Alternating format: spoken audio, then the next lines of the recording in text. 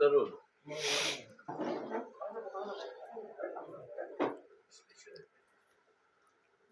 आज रत्नागिरीमध्ये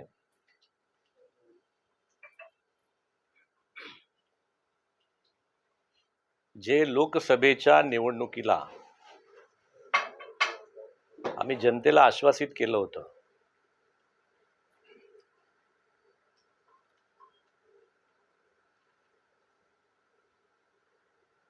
जर राणेसाहेब लोकसभेला महायुतीचे उमेदवार निवडून आले, केंद्रात आमचं सरकार बसलं, मोदी साहेब पुन्हा पंतप्रधान झाले, तर सिंधुदुर्ग रत्नागिरीमध्ये रोजगाराचं नवीन पर्व सुरू होईल. त्या दृष्टीने आम्ही प्रयत्न करू. लोकांकडे आम्ही खासदार मागितले, लोकांकडे आम्ही कालच्या विधानसभेत आमदार मागितले, लोकांनी भरभरून आम्हाला मतं दिली, लोकांनी केंद्रात आमचे पंतप्रधान बसवले, राज्यात मुख्यमंत्री बसवले. आता कोकणात जे गेले अनेक वर्ष रोजगाराच्या निमित्ताने स्थलांतरण होते, ते थांबवण्यासाठी कोकणामध्ये आता प्रकल्प यायलाच हवेत, रोजगार निर्माण व्हायलाच हवा, या उद्देशाने आम्ही कामाला लागलेलो आहोत. आणि त्याची सुरुवात म्हणून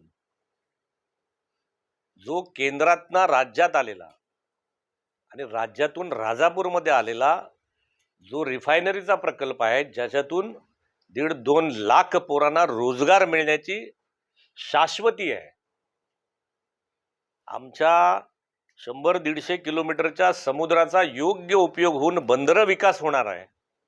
अशा प्रकल्पाची मागणी आम्ही पुन्हा जोरदारपणे करण्यासाठी येत्या अधिवेशनामध्ये माननीय मुख्यमंत्री देवेंद्रजी फडणवीस यांना कोकणातल्या सगळ्या आमदारांसह, खासदार आमचे सन्माननीय राणे साहेबांसह भेटणार आहोत.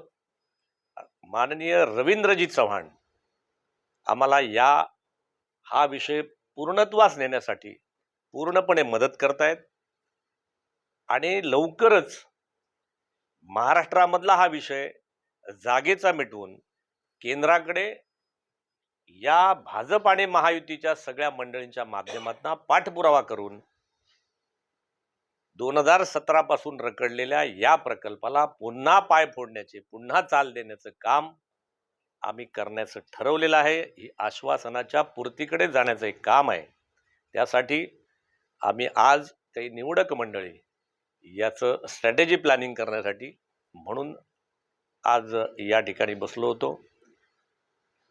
काही आमची मंडळी या ठिकाणी आली निवडक, काही फोनवरून त्यांनी लग्न मोसम असल्यामुळे अनेक ठिकाणी गेलेत, काही मुंबईत गेलेत. पण लवकरच 16 तारखेपासून होणाऱ्या नागपूर अधिवेशनामध्ये सर्व मंडळींनी, सर्व आमदारांना सोबत घेऊन, खासदार माननीय नारायण राणे साहेब आणि रवींद्र चव्हाण यांच्या नेतृत्वाखाली आम्ही माननीय मुख्यमंत्री देवेंद्रजी फडणवीस यांना भेटणार आहोत.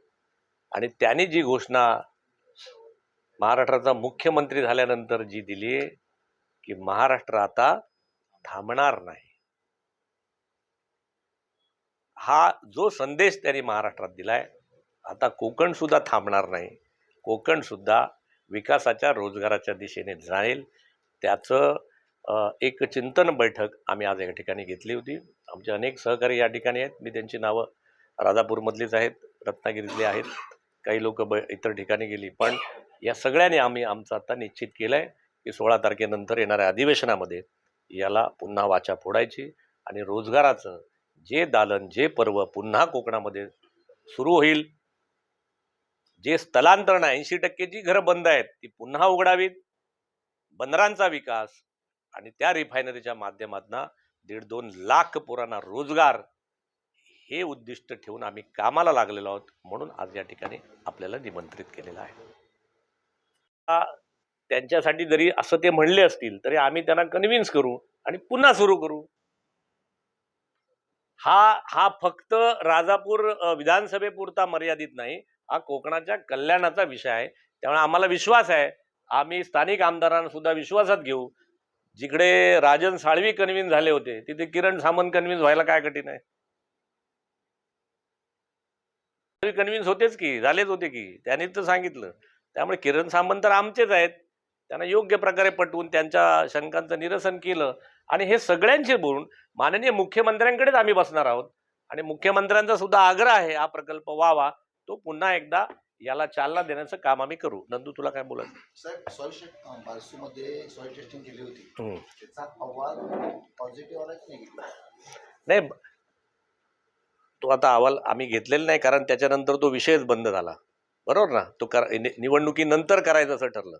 माझं तर म्हणणं आहे, काही लोकांना असं पण वाटेल नाणारला व्हावा का बारसूला व्हावा, असं पण असू शकतं. मी जामनगरचा तुम्ही जर अभ्यास केलात तर जामनगरमध्ये 5,000 एकरामध्ये बागायती आहे, ग्रीन कव्हर आहे.